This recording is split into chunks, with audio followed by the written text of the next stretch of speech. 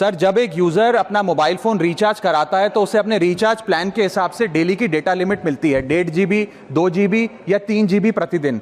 लेकिन ये डेली की डेटा लिमिट जो होती है रात 12 बजे समाप्त हो जाती है, जैसे ही दिन खत्म होता है, और ये अनयूज डेटा जो है ये फोरफिट हो जाता है, ये अगले दिन रोल ओवर या नेक्स्ट डे कैरी फॉरवर्ड नहीं होता है। कंज्यूमर से पैसा तो पूरे डेटा का लिया जाता है, लेकिन ये अनयूज डेटा, जो बचा हुआ डेटा होता है, ये एक्सपायर हो जाता है जैसे दिन समाप्त होता है। सर, फर्ज करिए कि महीने की शुरुआत में आपने अपनी गाड़ी में 20 लीटर पेट्रोल भरवाया, महीने के अंत तक 15 लीटर पेट्रोल कंज्यूम हो गया, 5 लीटर बच गया, तो क्या महीने के अंत पे पेट्रोल पंप वाला आकर आपको कहता है कि 5 लीटर पेट्रोल वापस कर दो क्योंकि उसकी वैलिडिटी समाप्त हो गई? नहीं, क्योंकि आपने पैसा पूरे 20 लीटर का दिया है। ठीक इसी तरह जितने डेटा का पैसा हमसे लिया जाता है उतना डेटा हमें यूज करने दिया जाए, वो एक्सपायर ना हो। ये हमारे मेहनत के पैसे से खरीदा गया डेटा है। और सर, चालाकी देखिए, आजकल के रिचार्ज प्लान्स में डेली की डेटा लिमिट होती है, मंथली की डेटा लिमिट नहीं होती, क्योंकि मंथली की डेटा लिमिट के अंदर मैक्सिमम डेटा की खपत का कंज्यूम करने की प्रोबेबिलिटी यानी कि संभावना ज्यादा होती है। एक महीने के भीतर या मान लीजिए 4-7 दिन कोई व्यक्ति व्यस्त है या बीमार है,